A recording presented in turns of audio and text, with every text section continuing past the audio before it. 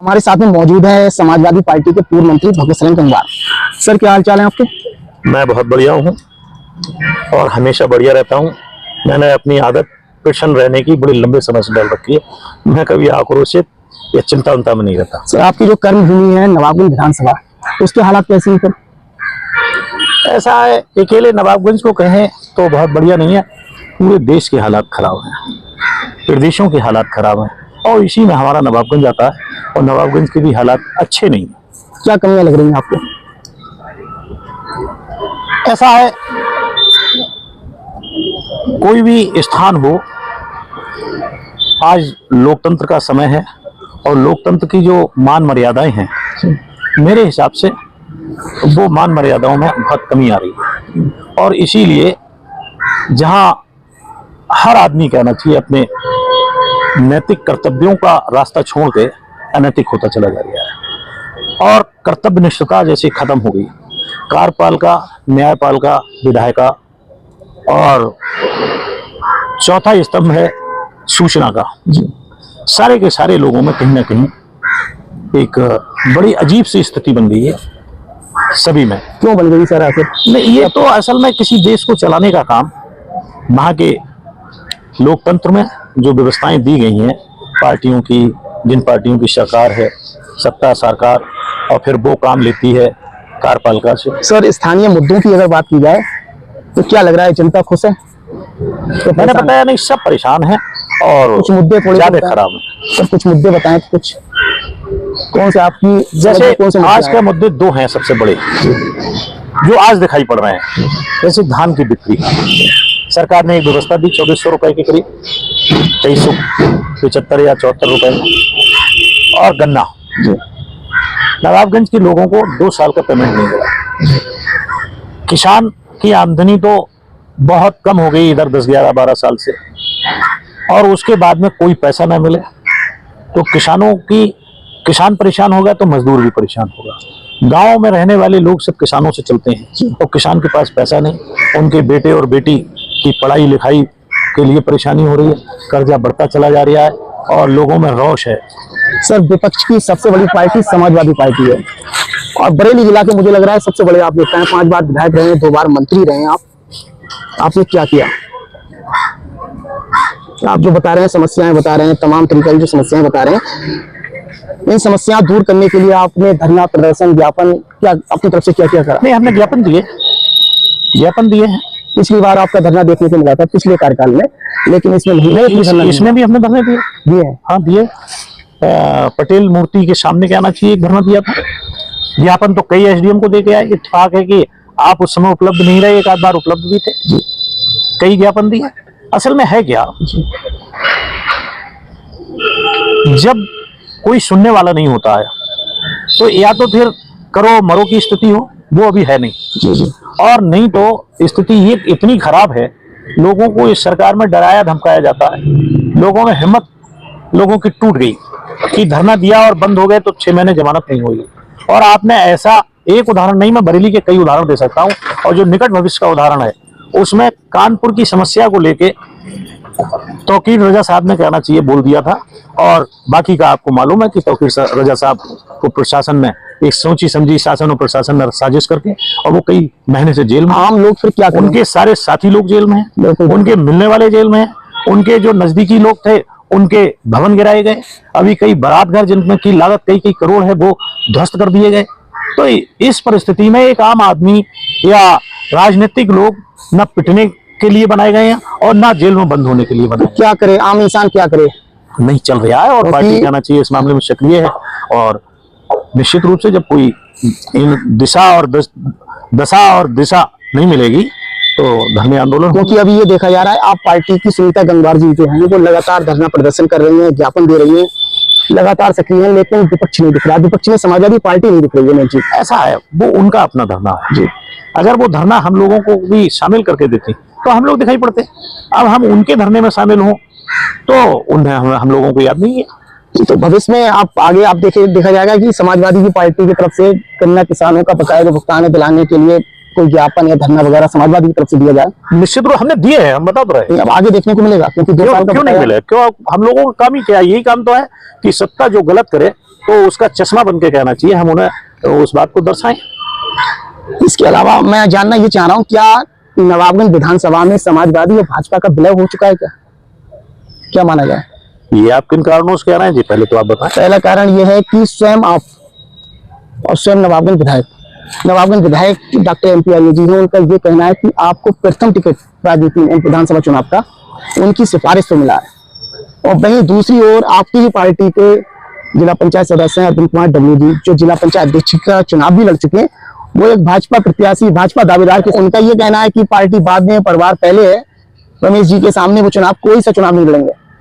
असल में कहने को कोई बात कह दी जाए जी जी इसे कोई रोक नहीं सकता है जी लेकिन MP आर्य तो सब बहुत छोटे थे, मुझसे भी कम से कम 6 साल 7 साल छोटे हैं, जी जी तो वो मुझे क्या टिकट दिलवाएंगे? ना वो राजनीतिक थे, वो शुरू में आए थे यहाँ डॉक्टरी करने के लिए, उस समय उनकी भाजपा में कहीं बात नहीं थी। उसके बाद में मैंने 2-3 चुनाव लड़ लिए तो वो एक्टिव हुए। वो कहाँ से, वो कहने को कुछ भी कह लें। आपने इंटरव्यू में सुना होगा, उन्होंने कहा कि RSS के लोग, भाजपा के लोग मेरे पास में आए तो मैंने आपका नाम नहीं, वो RSS और भाजपा के लोगों का तो है। हमारे राजनीतिक रूप से सबसे बड़ी मदद करने वाले बलदेवराज सूरी थे, जिनकी इस प्रदेश में भारतीय जनता पार्टी में बड़ी धाक थी, और वही मुझे कहना चाहिए राजनीति करने के लिए घर से लेके आए थे, क्योंकि मैं राजनीति में अच्छा नहीं समझता था और मैं राजनीति से बहुत दूर हो गया था। लेकिन जब ये पहुंचे माननीय बलदेवराज सूरी साहब, तो ये लेके आए, उन्होंने सबसे पहले मुझे प्रमुखी का चुनाव लड़ाया। उसमें काफी बवाल हुआ और बवाल के बाद में मेरी 2-1 नेताओं से जो मंत्री थे उनसे हॉट-टॉक हो गई उस चुनाव में, और मैं फिर उसके बाद में आंदोलन हो गए। तो आंदोलन की वजह से मुझे इस नवाबगंज के ही लोग नहीं, बरेली तक के लोग, जिले के लोग पहचान। नहीं, नवाबगंज विधायक जी का जो बयान आया उसको लेकर क्या कहेंगे, कहाँ तक सहमत हैं? मैंने कहा नहीं कि वो मुझसे बहुत छोटे हैं, उस समय वो डॉक्टरी करके यहाँ डॉक्टरी करने आए थे, कोई पैरवी नहीं करी आपने? अरे भाई, उनका पैरवी में कोई उन्हें उन दिनों में तो लोग जानते नहीं थे। RSS की उनकी शुरुआत थी। जैसे मैं कह दूं, मैंने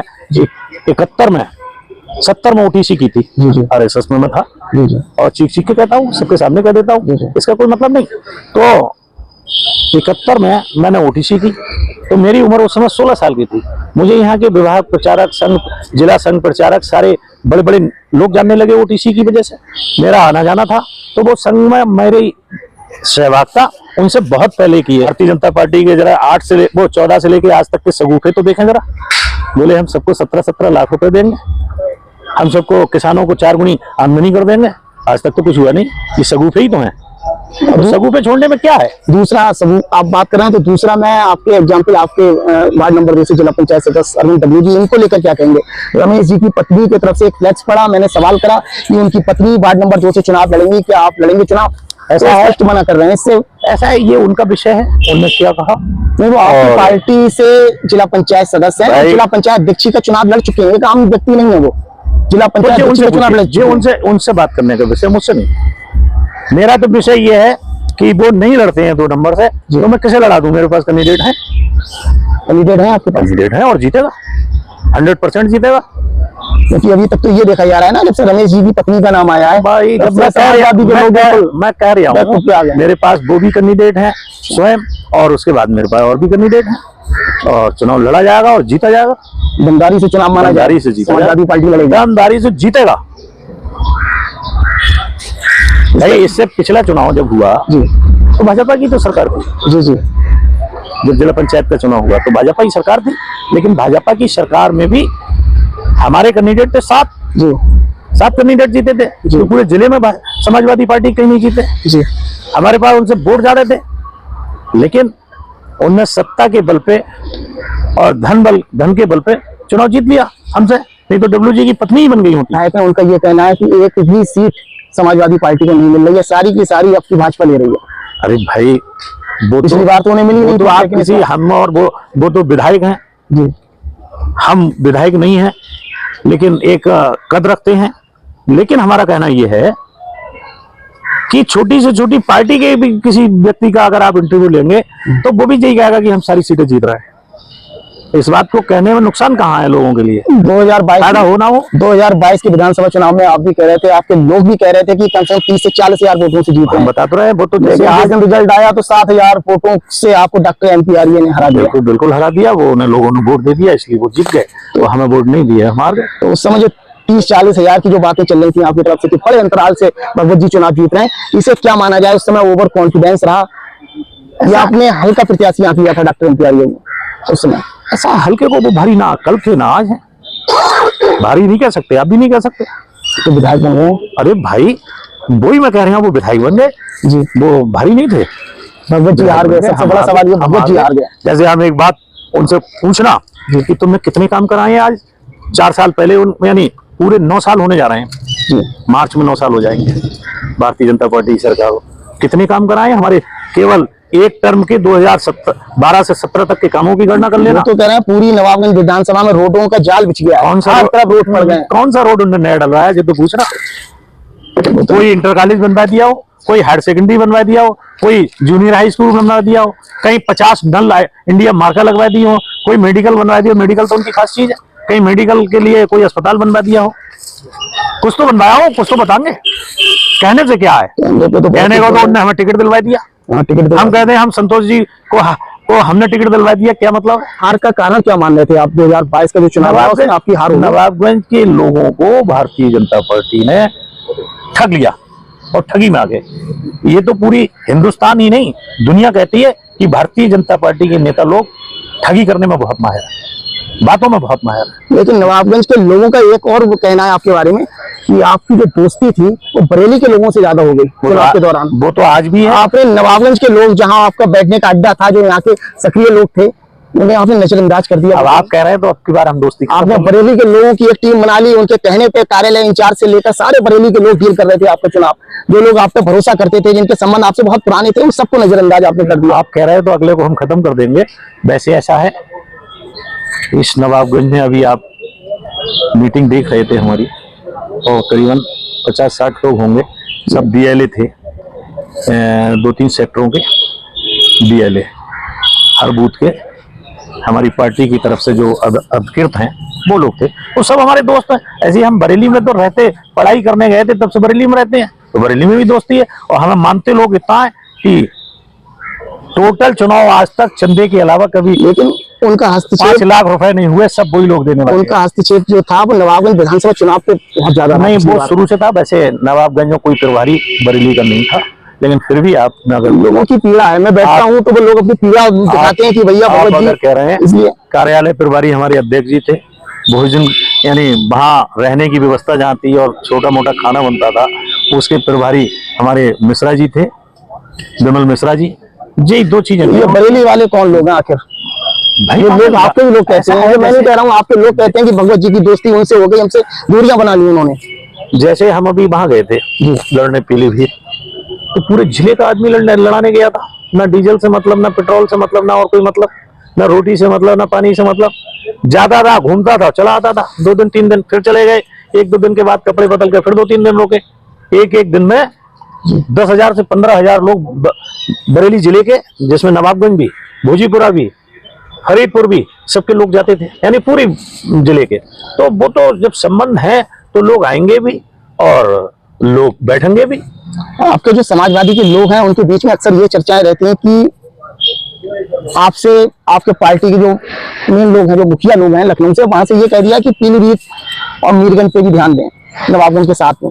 तो क्या कहेंगे, ये वास्तव में कहाँ तक ठीक है? नहीं, ध्यान देने का मतलब, हम तो जिले के नेता तो हैं, विधानसभा चुनाव के जिले नहीं मंडल के नेता मानती है हमारी पार्टी। जी। तो वो ध्यान देने को कहेगी तो ध्यान तो दिया जाएगा। तो किस तरीका का ध्यान? नहीं, जहाँ चुनाव लड़ने की बात आप स्पष्ट नहीं कह रहे हो, जहाँ चुनाव लड़ने की बात है, जी, तो हमारा कहना चाहिए, जब तो आप सही हम पूछ रहे हैं कि हमारी नवाबगंज में वैल्यू क्या खराब हो गई है, लोग कम चाहने लगे? नहीं, बिल्कुल नहीं है ऐसा। तो हम फिर क्यों नहीं नवाबगंज कहेंगे, हम अपने क्यों छोड़ेंगे, जिसमें हमारे बिल्कुल आज 40 साल के संबंध है, एक दूसरे से रिश्ते बन गए हैं, और प्रेम इतना कि अगर हमारी आंखों में आंसू निकलेगा तो अगर 40,000 आदमी भी बैठा होगा तो 40,000 आदमी की आंख रोएगी। लेकिन नवाबगंज में आपके समाजवादी में एक चीज और देखने को मिली थी, आपके पुरुषोत्तम गंगवार जो पूर्व ब्लॉक प्रमुख हैं, वो दावेदारी कर रहे हैं विधानसभा चुनाव में। ये बात आप एक बार और पूछ चुके हो। और दूसरी तरफ अरविंद डब्लू जी से जब मैंने पूछा कि आप क्या विधानसभा चुनाव लड़ेंगे आगे, तो उनका ये कहना था जब तक भगवत जी की तरफ से कोई इशारा नहीं होगा तब तक मैं चुनाव नहीं लड़ूंगा। तो 2 लोग और दोनों की अलग अलग बयान है। नहीं, ऐसा है, एक आप पे निर्भर रहे, एक स्वयं पे निर्भर। ऐसा है, ये एक स्वाभाविक प्रक्रिया है। मनुष्य नहीं, जीव जंतु, पक्षी, जानवर भी नेतृत्व करते हैं अपने अपने दलों का। तो हम तो इंसान हैं और इंसान में बुद्धि और विवेक सबसे ज्यादा होता है। तो ये तो सबके मन में रहती है। जैसे मन बनाना कि हम कहना चाहिए, मान लो कल को हम मर जाएं, अगर पुरुषोत्तम तैयारी नहीं करेंगे तो फिर कौन लड़ेगा? कोई भरोसा है कहना कि अभी बरेली जा रहे हो, कार का एक्सीडेंट हो जाए? तो ये तो हमें हमारी भी ड्यूटी बनती है कि हम अपने अनुजों को इस लायक तैयार करें। किन को तैयार करना चाहेंगे विकल्प के तौर पे? ऐसा है, विकल्प के रूप में ये हमारी पार्टी कहना चाहिए, पूछती नहीं किसी से, ये पार्टी का काम है। क्योंकि ये लोग आपसे जुड़े हैं, पार्टी से नहीं जुड़े हैं। ना, हमारी बात सुना, आपने अधूरी बात सुनी।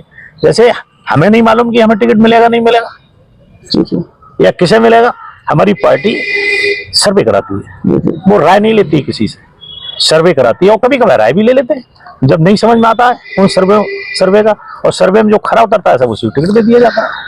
यहाँ के जो मुस्लिम बुद्धिजीवी हैं उनमें चर्चाएं रहती है, कुछ उनमें ये रहती है, करीब 1.25 लाख 1.5 लाख का हमारा वोट है नवाबगंज विधानसभा में, एक भी हमारा नेता नहीं निकल के आता। एक जिला पंचायत से सिर्फ एक टिकट मिला हमें, इसके अलावा ना ही कोई ब्लैक नौकरी का दावेदार बन पाता है हमारे तरफ। सिर्फ हम लोग वोट देने के लिए इस्तेमाल होते हैं। ऐसा है नेता निकलना, ये नेता बनाया नहीं जाता। अब ये तो जो नेतागिरी करेगा उसके प्रयास किस तरीके के हैं, उसमें उस हिसाब से कार्य कैसे हैं, ये तो इस पर डिपेंड करता है। अल्पसंख्यक जैसे हम और एमपी आर्या साथ साथ भी रहे, एमपी आर्या आज एमएलए है, हमें उन्होंने लड़ाया भी है, कई चुनाव लड़ाए जब भाजपा से लड़ते थे तो कई चुनाव लड़ाए। हाँ, एमपी आर्या लड़ाए हमारे, यानी ये लड़े भी हैं हमसे और लड़ाए भी हैं। जिसके साथ में सहभागिता लोगों की अधिक होती है वो जीत जाता है, और हमारे साथ कम हो गई इस चुनाव में 22 के, हम हार गए। 10 साल होने जा रहे हैं, एक कार्यकाल पहले निकल गया, उसमें भी आप हारे थे, दूसरा ये होने वाला है 27 में। तो इसमें आपके जो लोग थे, जो भगवतवादी लोग थे, उनकी संख्या आपको नहीं लग रही है कम हो चुकी है? वो लोग कहाँ गए हैं? वो अब नजर नहीं आते ना वो लोग। ऐसा है, ये कोई विषय नहीं है। बहुत सारे लोग तो इसलिए नहीं दिखते होंगे कि वो स्वर्ग सदा गए, हमारे साथ के लोग ही नहीं बचे। नहीं, जो आपके समर्थक थे, जो कट्टर समर्थक आपके समय में अपने आप को बोलते थे, बता तो रहा हूं, वो ये देखा जाता है रमेश जी का जिस दिन जनता दरबार लगता है या उनका कोई कार्यक्रम होता है, तो उसमें मुझे लग रहा है काफी संख्या में जो आपके लोग थे वो वहां नजर आते हैं। कभी नवाबगंज विधायक विचार चलायमान होते हैं और सब जानते हैं, सारे लोगों ने लिखा है, तो ये विचारों का हेर फेर तो चलता रहता है। बहुत सारे लोग आते हैं, बहुत सारे लोग चले जाते हैं। ये बहुत सारे लोग चले गए ना उधर बैठने वाले? नहीं, बहुत सारे नहीं, 1-2 लोग चले भी गए। चुनाव के समय आ जाएंगे आपके पास में या छोड़ दिया? नहीं आएंगे, दूसरे आएंगे उनके भैया आएंगे, इसमें क्या कहना चाहिए। चुनाव ये कोई विषय नहीं है राजनीति का। चुनाव तो हर दिन कहना चाहिए कि वो गिजाई की टांगों की तरह टूटती हैं और जुड़ती हैं, टूटती हैं जुड़ती हैं, और ये एक सामाजिक प्रतिक्रिया है। 2027 के चुनाव की क्या तैयारी है, किस तरीके से इस बार होगा? अभी आपके सामने SIR की मीटिंग की थी। जी, और ऐसी मीटिंगें निरंतर चल रही हैं और करीब करीब पूरी विधानसभा में हो चुकी। अब हम खुद भी कहना चाहिए चुनाव के लिए जल्दी निकलने वाले हैं, चुनाव के हिसाब से एक दिन में कई मिटिंग किया करेंगे। और बाकी आपने कई बातें हमें एक संदेश के रूप में कहीं, उन बातों पर गौर करेंगे और जो कमियां हुई हैं उन्हें सुधारने का। और हम ये भी चाहते हैं कि आगे भी आप हमें संदेश देते रहें। जी बिल्कुल बिल्कुल। और आपने इतनी देर की वार्ता की, अपना समय हमें लगाया, इसके लिए बहुत बहुत धन्यवाद। आपका भी बहुत बहुत धन्यवाद।